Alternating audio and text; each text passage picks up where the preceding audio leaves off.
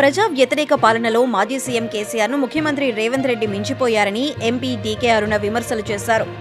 కేసీఆర్ నియంతలా వ్యవహరిస్తే ప్రజలు దించేశారని, ఇప్పుడు అదే బాటలో రేవంత్ వెళ్తున్నారని, ఆయనకు కూడా కేసీఆర్కు పట్టిన గతే పడుతుందని అన్నారు. హైదరాబాద్లో పలు గణపతి మండపాలను దర్శించుకున్న అనంతరం ఆమె మెహబూబ్ నగర్ బయలుదేరారు. ఈ క్రమంలో ఆమె సోమవారం మీడియాతో మాట్లాడారు.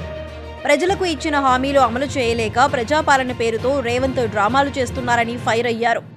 తెలంగాణ విమోచన దినోత్సవాన్ని అధికారికంగా నిర్వహించే దమ్ము ఈ ప్రభుత్వానికి లేదని ఆమె విరుచుకుపడ్డారు. ముస్లింల ఓటు బ్యాంకు కాపాడుకునే ప్రయత్నంలో కాంగ్రెస్ ప్రజలను మోసం చేస్తోందని ఆమె మండిపడ్డారు.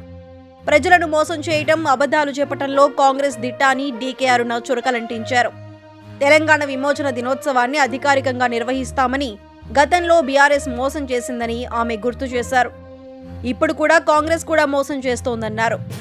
యూట్యూబ్ ఛానళ్లే లేకుంటే రేవంత్ రెడ్డి సీఎం అయ్యేవాడే కాదని డీకే అరుణ ఎద్దేవా చేశారు.